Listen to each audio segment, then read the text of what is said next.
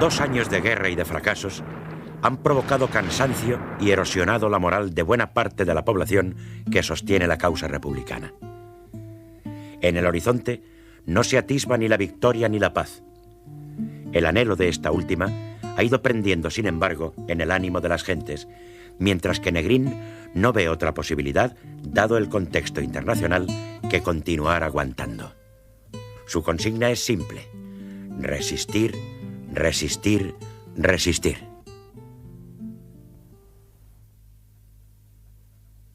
La guerra ha ido provocando y provoca, entre escritores e intelectuales, así como en los círculos de creyentes extranjeros, todo tipo de reacciones.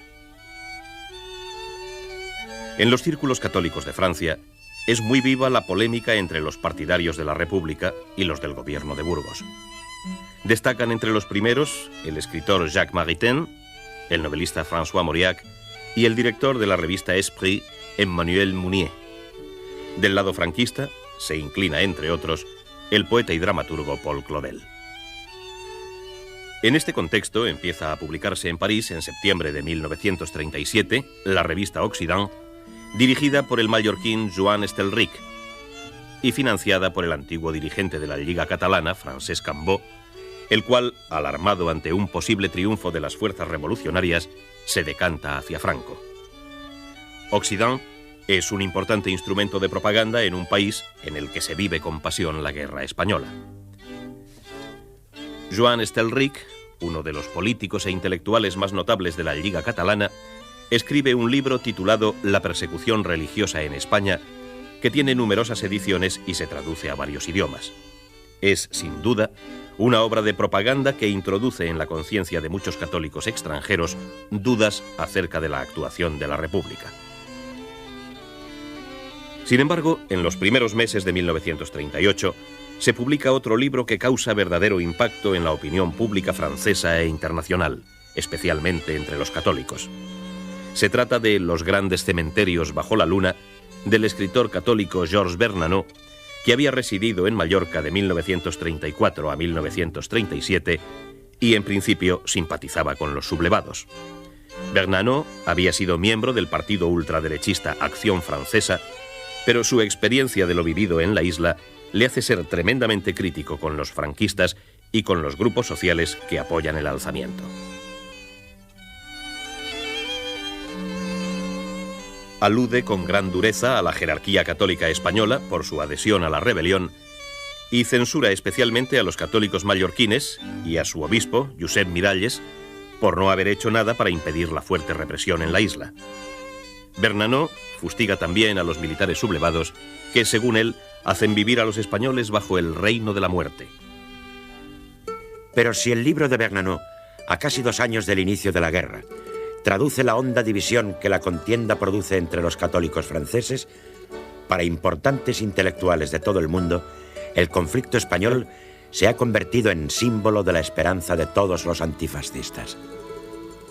Pocos acontecimientos políticos de nuestro siglo han impresionado tanto la imaginación de intelectuales, escritores y artistas como la Guerra Civil Española. Desde sus inicios, da origen a una verdadera oleada de obras de todo tipo: crónicas, novelas, teatro, poesía, ensayo, cine, pintura, plástica, etc. La relación de escritores e intelectuales adheridos a la causa republicana es muy numerosa. Algunas de las personalidades más ilustres de nuestro siglo estarán con ella: Thomas Mann, William Faulkner, André Gide, Perla S. Buck, John Steinbeck, Jean-Paul Sartre, Albert Camus, Albert Einstein y un largo y prestigioso etcétera son señal inequívoca de que la causa republicana tiene a su favor a las inteligencias más brillantes de la época. El bando franquista cuenta en el extranjero con apoyos mucho menores. Paul Claudel, ya mencionado, es seguramente el escritor más importante de los que se sitúan tras el alzamiento. Entre los católicos hay que añadir también a Hilaire Belloc y al grupo que participa de las ideas ultraderechistas de Acción Francesa, en el que destacan Charles Maurras, Robert Brasillac y Maurice Berdèche. Entre los escritores en lengua inglesa, descuella Roy Campbell. El apoyo de los católicos norteamericanos, con el apasionado propagandista que es el padre Coughlin al frente, irá adquiriendo importancia a medida que la contienda progresa. La guerra civil simboliza y resume los grandes problemas de su tiempo. Por ello, muchas de las obras que tienen por tema el conflicto español alcanzan grandes éxitos de tirada en todo el mundo.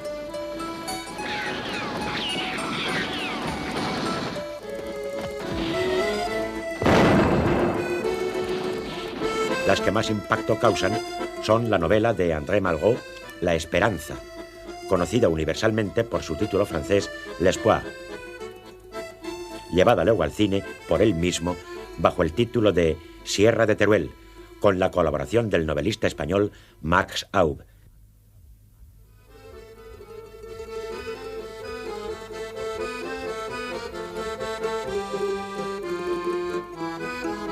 ¿Por quién doblan las campanas?, de Ernest Hemingway.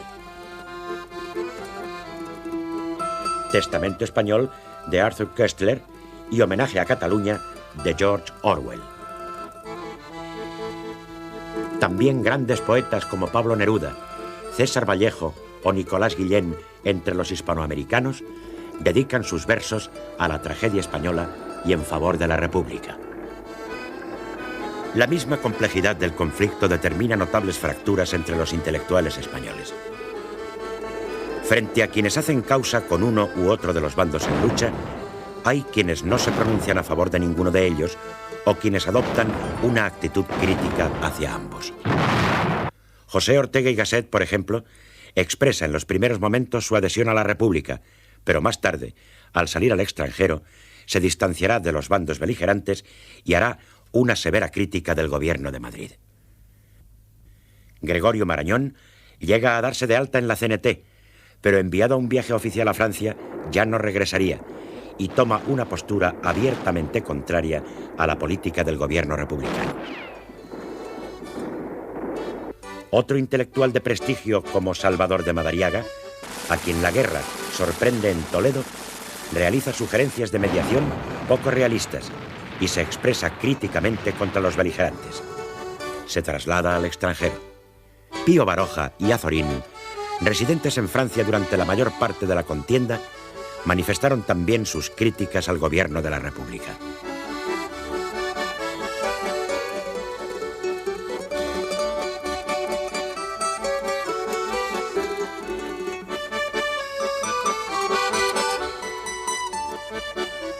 Sin embargo, la gran mayoría de los intelectuales españoles rechazarán las posturas de inhibición o de equidistancia y con la pluma, en el escenario político o en el diplomático, prestarán apoyo efectivo a la República o al incipiente nuevo Estado. La guerra, por otra parte, induce a los grandes periodistas de los más importantes rotativos del mundo a trasladarse a España y a escribir crónicas y libros que van a ser fuente especial para entender la complejidad de la contienda o de algunos aspectos cruciales de la misma. Entre ellos destacan nombres como Jay Allen, Barnett Balladen, Henry Buckley, Harold Cardoso, Geoffrey Cox, Ilya Ehrenburg, Louis Fisher, Charles Foltz, Martha Gellhorn, Edward Knobloch, Mikhail Holtsov, Herbert Matthews, Mario Neves, George Soria, George Steer o John Whittaker. La guerra se apodera con tal fuerza del ánimo de los intelectuales que incluso un poeta de tanta mansedumbre como Antonio Machado puede escribir el célebre soneto a Lister que concluye: «Si mi pluma valiera tu pistola de capitán, contento moriría».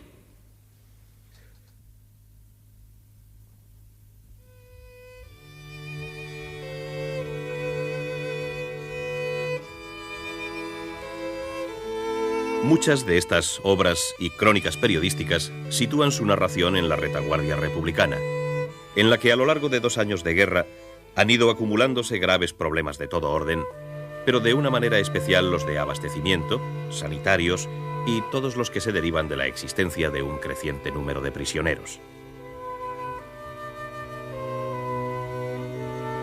La marcha de las operaciones y la continua contracción del territorio republicano dan pie a alteraciones económicas de la máxima importancia.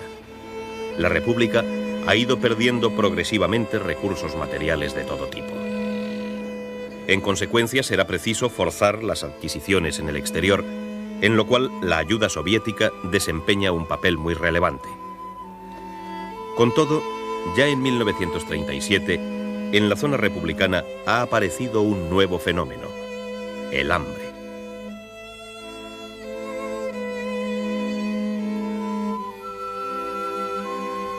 Hasta entonces, el déficit de un producto vital, como el trigo, se había cubierto mal que bien. Sin embargo, dicho déficit irá en aumento. En 1938, las carencias alimenticias se hacen generales, mientras que en la zona franquista el inicial balance de recursos mejora notablemente con la incorporación del norte y de las ricas comarcas agrícolas de Castellón.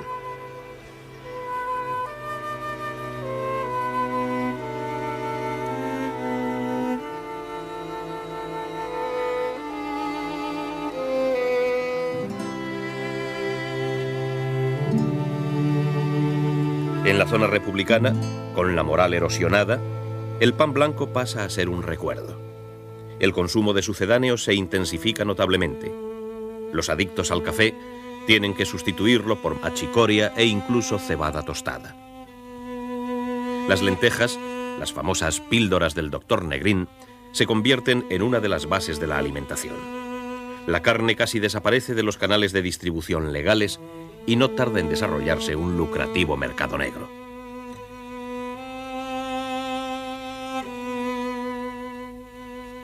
Los militares se ven obligados a intervenir en 1938. A finales del año, una Junta Reguladora de Abastecimientos de la República, presidida por el ministro de Defensa y bajo cuyas órdenes actuará un intendente general, se ocupa en exclusiva del suministro a las Fuerzas Armadas y a los paisanos. A pesar de todos los esfuerzos reguladores, el volumen de la producción agrícola continúa contrayéndose a consecuencia de la escasez de abonos, de la carencia de semillas, de la falta de lluvias, de la movilización de mano de obra para la guerra y de la propia división del territorio. Cuando la contienda se acerca a su fin, la población civil atraviesa por muy duras circunstancias y el hambre hace estragos.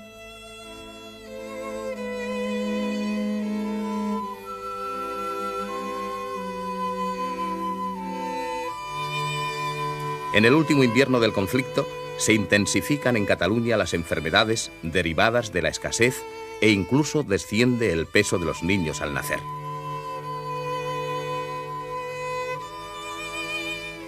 El gobierno de Burgos aprovecha hábilmente la situación. La aviación franquista bombardea con pan blanco varias ciudades republicanas para demostrar la superioridad propia y desmoralizar la resistencia adversaria. El pan cae envuelto en pequeñas bolsas con la siguiente inscripción: todo es mentira en la propaganda roja. Este es el pan de cada día en la España de Franco. Tales golpes propagandistas contribuyen a debilitar aún más la moral de combate y de resistencia. El gobierno de la República se plantea la necesidad de contrarrestar el efecto de las privaciones generales y de los éxitos franquistas. A fin de estimular el espíritu de defensa, se organizan numerosos desfiles y se conmemoran aniversarios. Sobresalen los de Pablo Iglesias y de Durruti.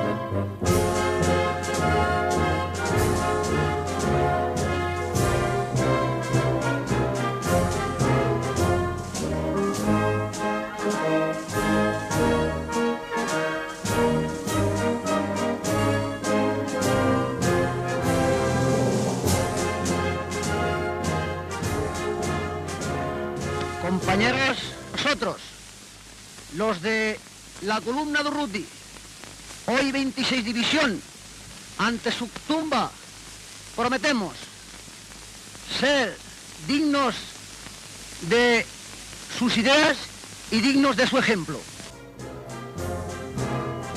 Se celebran exposiciones con el material capturado al enemigo que se exhibe como trofeos de guerra. Durante 1938, la vida cotidiana se hace más marcial. Los partidos políticos y las organizaciones sindicales responden a la necesidad y tratan por todos los medios de levantar el ánimo de los combatientes.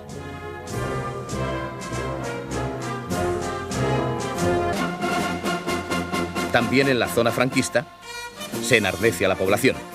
Se rememora la toma de Bilbao o se celebran grandes exposiciones con el material bélico cogido a los rojos según la denominación habitual.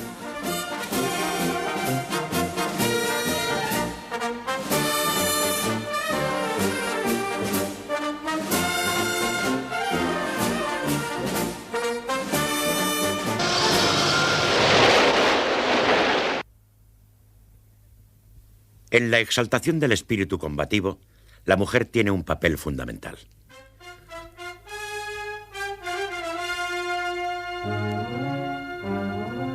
Lo mismo hay que decir de las necesidades materiales y asistenciales.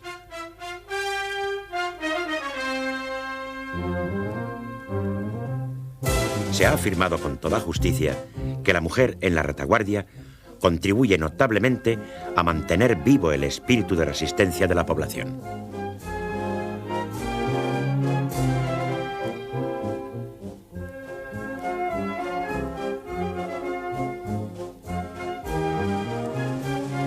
En la zona republicana, las mujeres se integran plenamente en el esfuerzo bélico.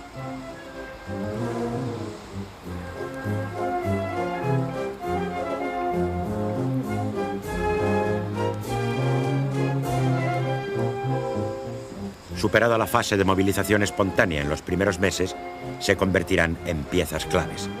El eslogan será: hombres al frente, mujeres al trabajo. El gobierno republicano se preocupa muy pronto por todo lo que puede aportar la mujer a la nueva situación.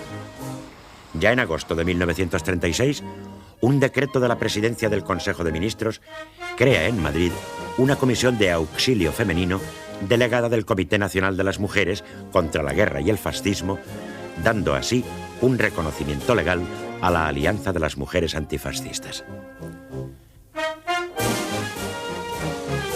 Desde el primer momento, esta organización pretende erigirse en la única asociación representativa de las mujeres en la zona republicana. En ella, el Partido Comunista adquiere una influencia decisiva. Dolores Ibárruri, la pasionaria, es su presidenta y tiene una activa presencia en los frentes para animar a los combatientes.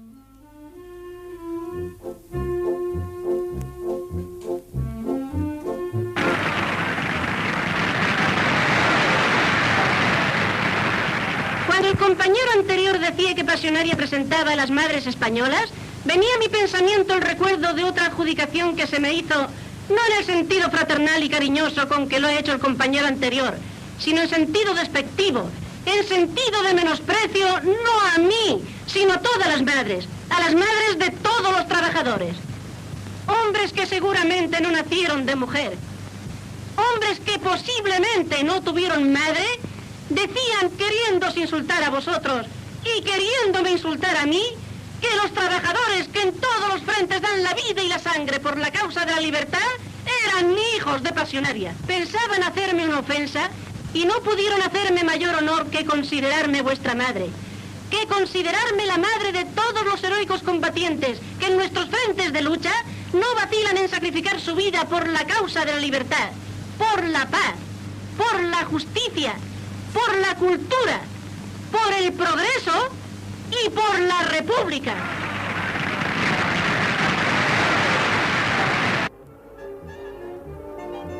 La Alianza de Mujeres Antifascistas cuenta con dos comités nacionales, uno en Madrid y otro en Bilbao. En Cataluña existe la Unió de Dones de Cataluña, influida inicialmente por Esquerra Republicana, pero a la que pronto supera el PSUC. No obstante, en la zona republicana será difícil mantener una organización que unifique toda la aportación de la mujer. El movimiento anarquista quiere mantener su propia identidad.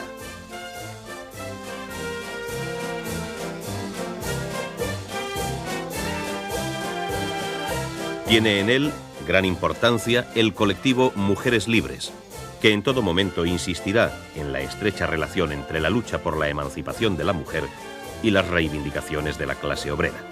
Mujeres Libres mantiene difíciles relaciones con la Alianza de Mujeres Antifascistas. También experimenta fricciones con la CNT y la FAI. La importancia de la mujer en el movimiento anarquista se confirmará por el nombramiento de Federica Montseny como ministra de Sanidad en el segundo gobierno de Largo Caballero. Es la primera vez que una mujer desempeña una cartera ministerial en España. La guerra impone cambios fundamentales en el papel de la mujer. En la zona republicana ocupará los puestos de la producción y servicios asistenciales, como hospitales, guarderías, socorro rojo, etc. Por otra parte, las relaciones familiares se flexibilizarán. Se mantiene el divorcio y se abrevian los trámites para contraer matrimonio. No obstante, la realidad de la guerra impone el pragmatismo y el sentido tradicional de la familia no llega a desaparecer, aunque en la zona republicana la mujer, especialmente en las grandes ciudades, consigue unas cuotas de igualdad inimaginables en los años anteriores. En la zona franquista, la sección femenina de Falange Española es el principal núcleo a partir del cual se organiza a la mujer durante la guerra. Fundada en 1934, tiene por delegada nacional a Pilar Primo de Rivera, que al inicio de la contienda se refugia en la Embajada Argentina en Madrid. Poco tiempo después, con ayuda diplomática, pasará a Sevilla. Mientras, en Valladolid, Mercedes Sanz Bachiller, viuda de Onésimo Redondo, empezará a agrupar a la sección femenina. Estudia en Alemania la organización de mujeres del Partido Nacional Socialista y el auxilio de invierno, que es adaptado a la realidad española con el nombre de auxilio social. La creación del auxilio social es un acto de gran trascendencia. Con él se pretende inicialmente dar asistencia a los huérfanos de los muertos, desaparecidos o represaliados en la retaguardia franquista.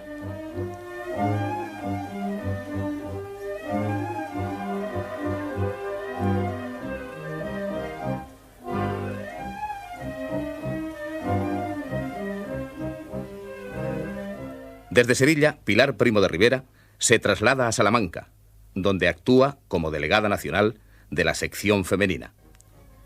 Entra en contacto con las organizaciones nazis y fascistas y viaja varias veces a la Alemania nazi.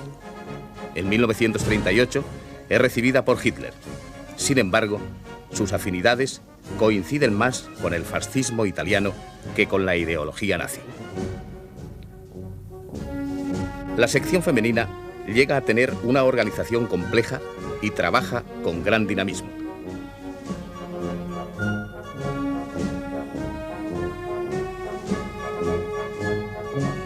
Mantiene la hermandad de la ciudad y del campo y el auxilio social de la mujer.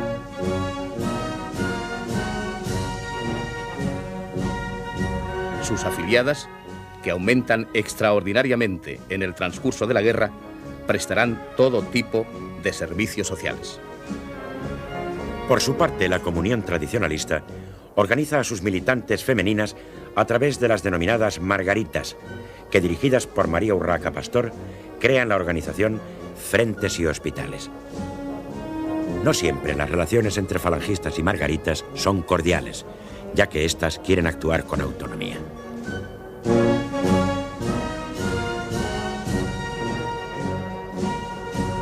La sección femenina se afana en formar mujeres, especialmente a las jóvenes, para que suplan las deficiencias y necesidades de la retaguardia.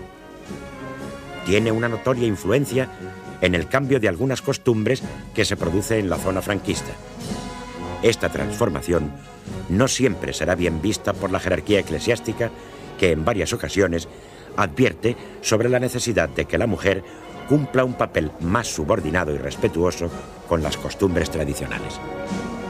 Con todo, la sección femenina es probablemente uno de los servicios más dinámicos de la Falange y uno de los más preocupados por la promoción social y cultural de las jóvenes españolas.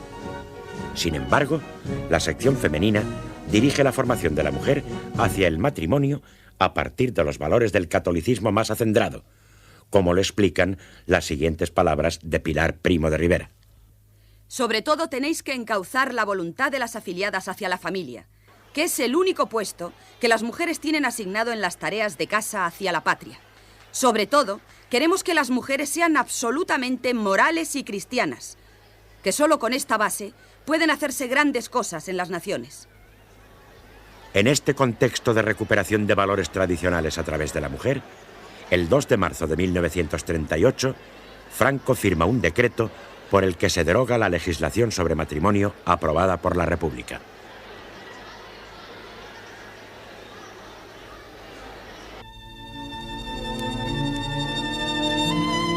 A medida que la guerra se prolonga, en una y otra zona aumenta el número de prisioneros hechos en los frentes.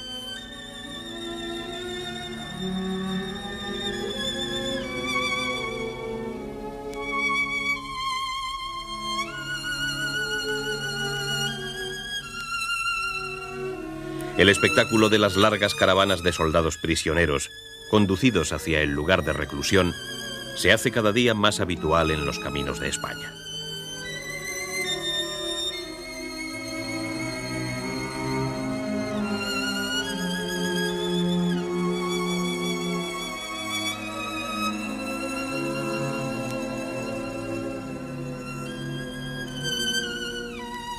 También en ambas retaguardias aumenta el número de prisioneros condenados a prisión por los diversos tribunales. Las cárceles resultan absolutamente insuficientes para recluirlos a todos.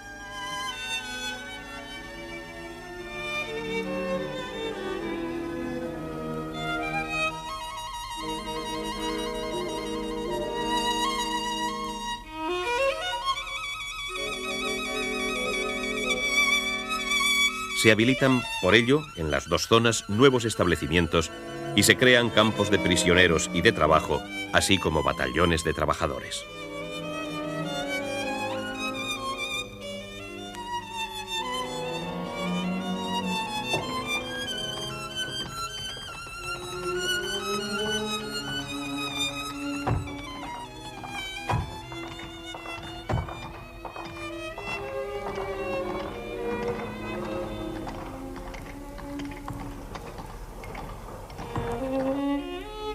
En la zona republicana se montan, entre otros, los campos de Totana, en Murcia, de la Alcazaba, en Almería, de Albatera, en Alicante, de Omella de Ragalla y de Concaballo, en Cataluña, y de Torre del Obispo, en Huesca.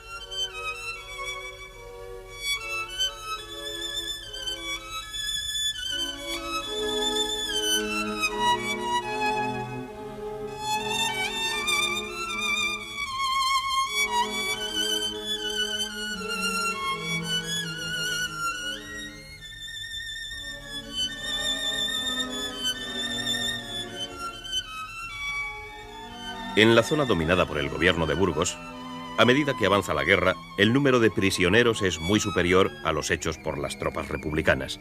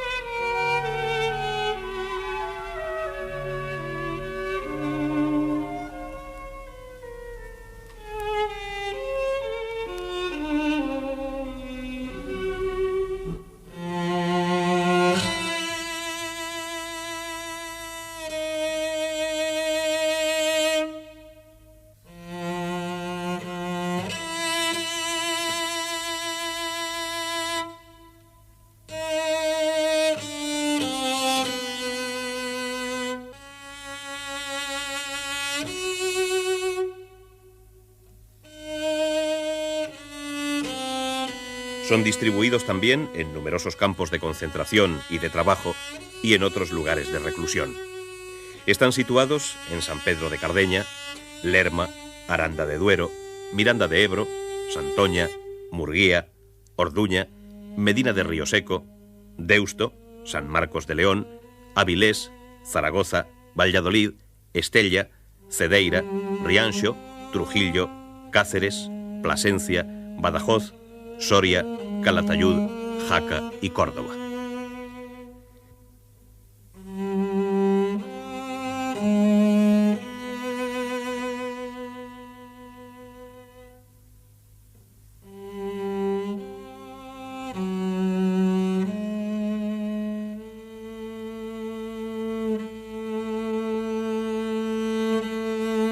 Las condiciones de vida en casi todos estos lugares, en una y otra zona, son muy duras.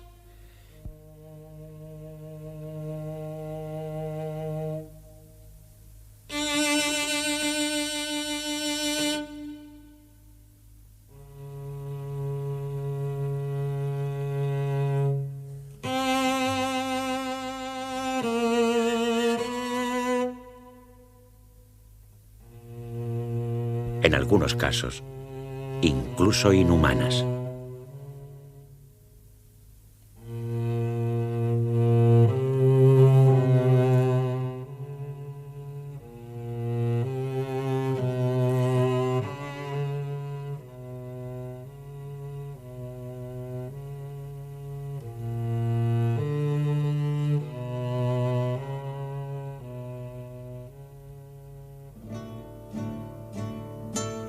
La mala fortuna de la República aviva la solidaridad internacional.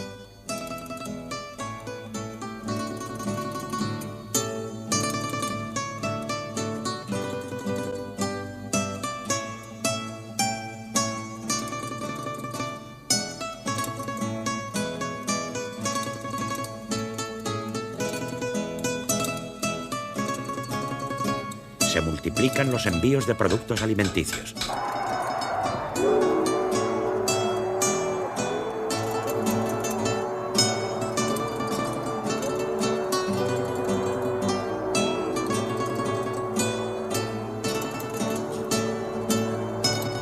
Los remite un amplio abanico de organizaciones de apoyo, ligadas a veces a partidos políticos como el Socorro Rojo, vinculado a la Internacional Comunista. En otras ocasiones, dependen de confesiones religiosas, como los cuáqueros, que subrayan la ayuda de carácter humanitario.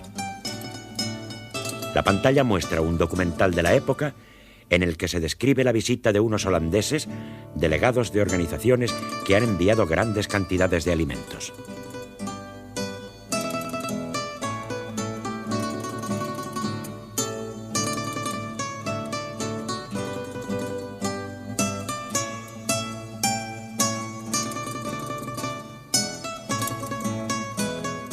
También se multiplican otras visitas de índole política.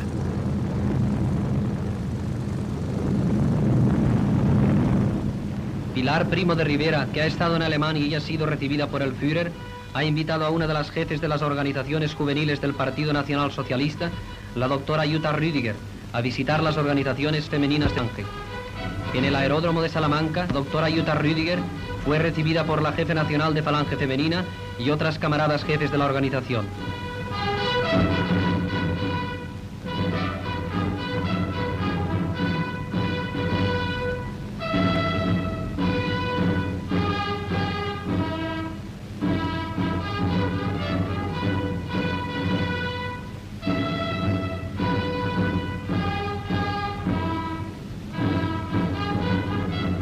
Las condiciones de vida en la retaguardia son divulgadas por los grandes medios de comunicación extranjeros. La guerra española atrae la atención de personas y organizaciones de todo tipo.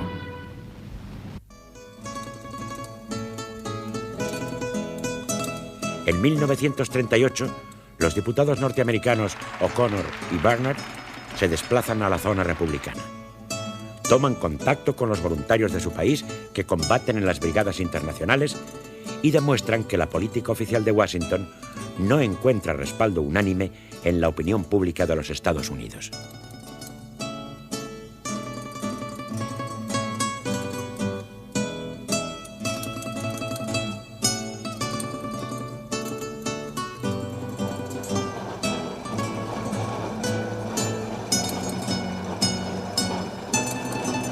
el Comité Norteamericano de Ayuda a España envía una delegación. Llega a Barcelona el famoso cantante norteamericano Paul Robeson.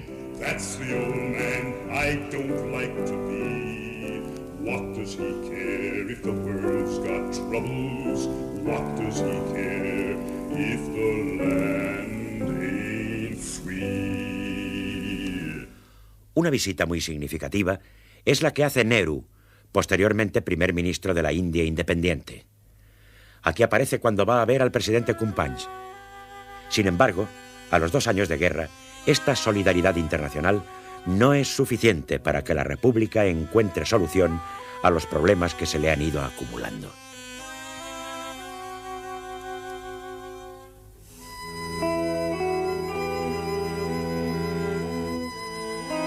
Pero ni la caída del Frente de Aragón, ni el hambre, ni el cansancio en la retaguardia, ni las fisuras entre dirigentes y partidos políticos, ni una situación exterior cada vez más alejada de los intereses republicanos socavan la firme voluntad de resistir a las fuerzas de Franco.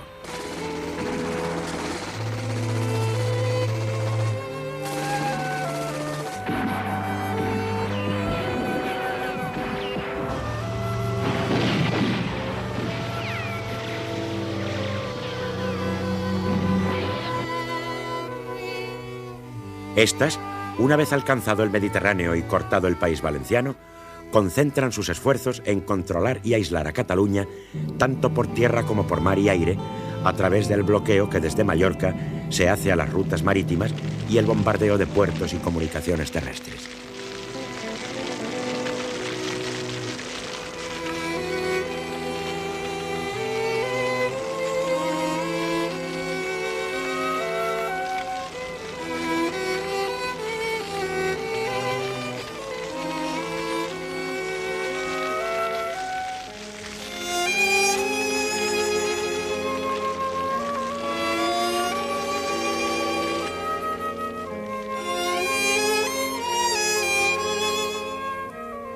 Para evitar la caída de Valencia y el ahogo de Cataluña, el gobierno republicano decide una gran contraofensiva que dará lugar a la batalla del Ebro.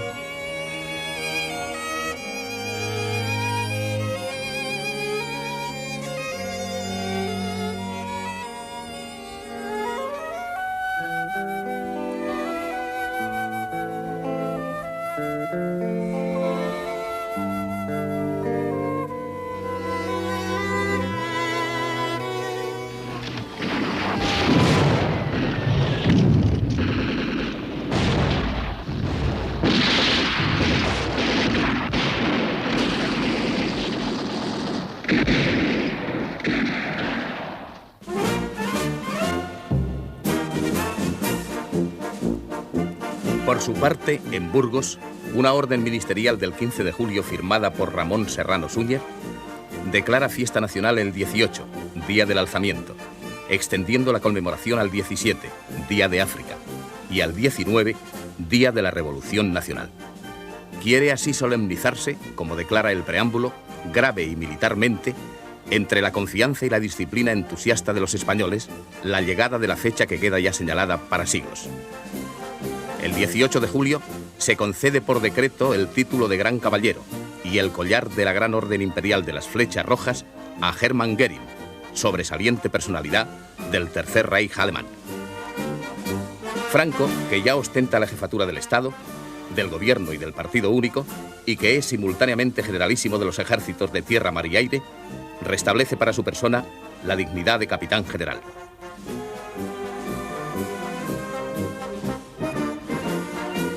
Con tal decisión, en apariencia puramente administrativa, Franco se promueve 2 grados por encima de sus compañeros y se garantiza así, para el final de la guerra, el mando absoluto militar y la subordinación de toda la cúpula de mando de los ejércitos. Según el preámbulo de la disposición, el gobierno quiere recoger el sentir unánime de la España nacional que anhela rendir tributo de justicia a quien por designio divino y asumiendo la máxima responsabilidad ante su pueblo y ante la historia, tuvo la inspiración, el acierto y el valor de alzar la España auténtica contra la antipatria. Y después, como artífice inimitable de todo nuestro movimiento, dirige personalmente y en forma insuperable una de las más difíciles campañas que registra la historia, conduciendo a nuestros bravos soldados de victoria en victoria y a pasos agigantados al triunfo final. Y como jefe del Estado y presidente del gobierno, rige los destinos de la nación con desvelo y acierto universalmente admirados. Franco, con motivo del segundo aniversario del 18 de julio, pronuncia un discurso. Españoles, al celebrar en este día la conmemoración del alzamiento nacional, no glorificamos solo un hecho que interesa a la vida de España. Se trata de una fase de la historia del mundo que corona el proceso de la revolución bolchevique, que teniendo por escenario nuestro solar, nos corresponde el paladinaje de una fe, una civilización y una cultura gravemente amenazadas por los principios rojo-comunistas. He aquí por qué nuestra contienda rebasa los límites de lo nacional para convertirse en cruzada en la que se debate la suerte de Europa y la razón de que el comunismo ruso, que en 5 años no había mantenido relaciones diplomáticas con la República Española y sí solo la clandestina de los revolucionarios marxistas, apareciese desde los primeros momentos como aliado incondicional de los destructores y enemigos de España, a la que enviaba un ejército de tanques y millares de aeroplanos para, con sangre y oro españoles, dar a Europa la batalla que hace tiempo preparaba en Occidente. Franco dedica su sentido recuerdo a la España cautiva y se refiere a los horrendos crímenes de la España roja, obra del Comintern, del Vil, del jorobado Rosenberg, embajador ruso, de Martí, de Negrín y de Álvarez del Valle, serviles discípulos de los soviets, de sus agentes y comisarios que se trasladaron a España con los látigos y los verdugos, sus checas y demás instrumentos de tortura. ¿Os dais cuenta, españoles, de la magnitud de nuestro triunfo y de las dificultades de la empresa? Estas son las causas de que hayamos llegado al término de este segundo año triunfal y no tengamos recogidos los frutos completos de nuestra victoria. Un siglo de añejas y decadentes costumbres, de régimen de partidos, de esfuerzos baldíos, de irresponsabilidades políticas y de luchas intestinas que estimulaban la división y el fraccionamiento de la patria, ha colmado la mansedumbre de un pueblo que ansía liberarse de tan profundas lacras. Al sistema de apetitos y clientelas políticas opone el movimiento nacional el desinterés y la austeridad de sus miembros. A la irresponsabilidad política de los partidos liberales sucede la unidad de nuestra cruzada orgánicamente constituida.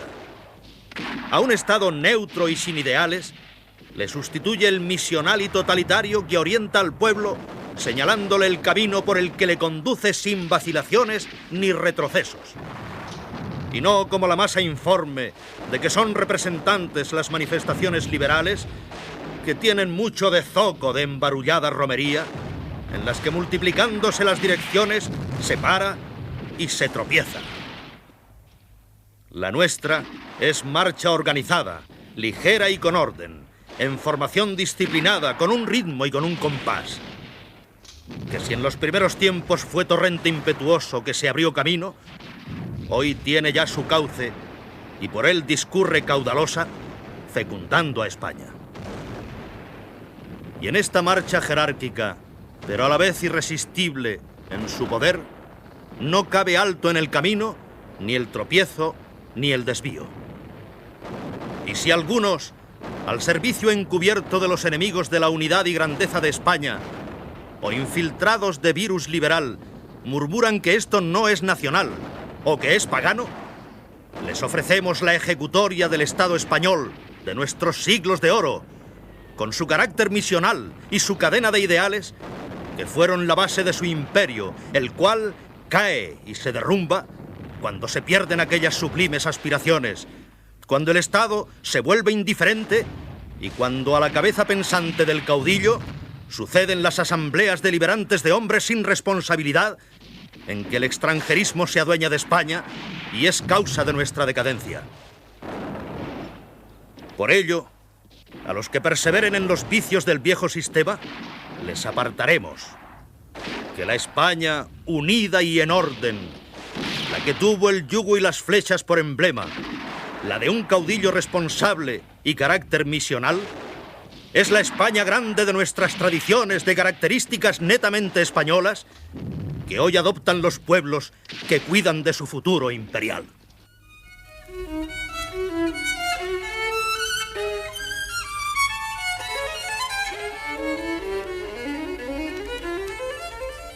Por su parte, el presidente de la República pronuncia el 18 de julio en Barcelona su más célebre discurso, conocido como el de las 3 P's: paz, piedad y perdón.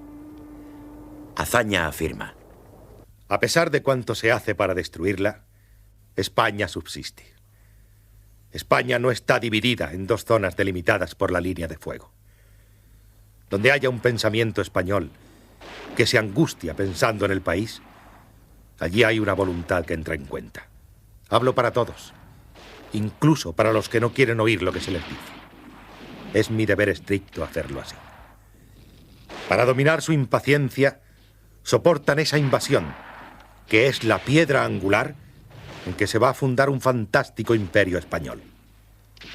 Sería un singular imperio, el que para nacer necesita que sus súbditos se arrojen a los pies de sus valedores. Cuando los españoles de otros tiempos fundaban imperios, no traían a los extranjeros a luchar a su propio país. Iban a Alemania, saqueaban Roma, encarcelaban al Papa, con mejores o peores medios. Yo me pregunto si habrá todavía algún español que cuando vea a sus compatriotas muertos por millares, se consolara en su dolor español pensando en ese imperio. ¿Quién iba a hacer esa insurrección? Lo lógico es que esas fuerzas que se llamaban fuerzas de orden, que se sublevaron, hubieran formado el cuadro en derredor del gobierno para protegerlo. ¿Qué podían esperar de la violencia los que creían en el triunfo rápido de los militares? Miles y miles de muertos. Ciudades y pueblos desaparecidos del mapa. La riqueza nacional comprometida para 2 generaciones. Los daños alcanzan a todos, al burgués, al republicano, al proletario y al fascista. Durante 50 años, los españoles estarán condenados a una pobreza estrecha y a trabajos forzados si no quieren alimentarse con las cortezas de los árboles. La guerra está agotada. No es ya una guerra política. Es una guerra contra la nación española entera, incluso contra los propios fascistas que la sufren, como nosotros, en su propia sangre. No puede tener justificación alguna el haber sometido al país a esta horrible tragedia. ¿Qué negocio ha sido este de desencadenar la guerra civil en España? En una guerra civil no se triunfa contra un contrario, aunque éste sea un delincuente. El exterminio del adversario es imposible. Por muchos miles de uno y otro lado que se maten, siempre quedarán los suficientes de las 2 tendencias para que se les plantee el problema de si es o no es posible seguir viviendo juntos. La reconstrucción de España será una tarea aplastante, gigantesca, que no se podrá fiar al genio personal de nadie, ni siquiera de un corto número de personas o de técnicos. Tendrá que ser obra de la colmena española en su conjunto, cuando reine la paz. Una paz nacional, una paz de hombres libres, una paz para hombres libres. Entonces se comprobará una vez más lo que nunca debió ser desconocido por los que lo desconocieron. Que todos somos hijos del mismo sol y tributarios del mismo arroyo. Ahí está la base de la nacionalidad y la raíz del sentimiento patriótico. Y cuando la antorcha pase a otras manos, a otros hombres, a otras generaciones que se acordarán, si alguna vez sienten que les hierve la sangre iracunda, y otra vez el genio español vuelve a enfurecerse con la intolerancia y con el odio y con el apetito de destrucción, que piensen en los muertos y que escuchen su lección. La de esos hombres que han caído embravecidos en la batalla, luchando magnánimamente por un ideal grandioso, y que ahora, abrigados en la tierra materna, ya no tienen odio, ya no tienen rencor, y nos envían, con los destellos de su luz, tranquila y remota como la de una estrella, el mensaje de la patria eterna que dice a todos sus hijos: paz, piedad y perdón.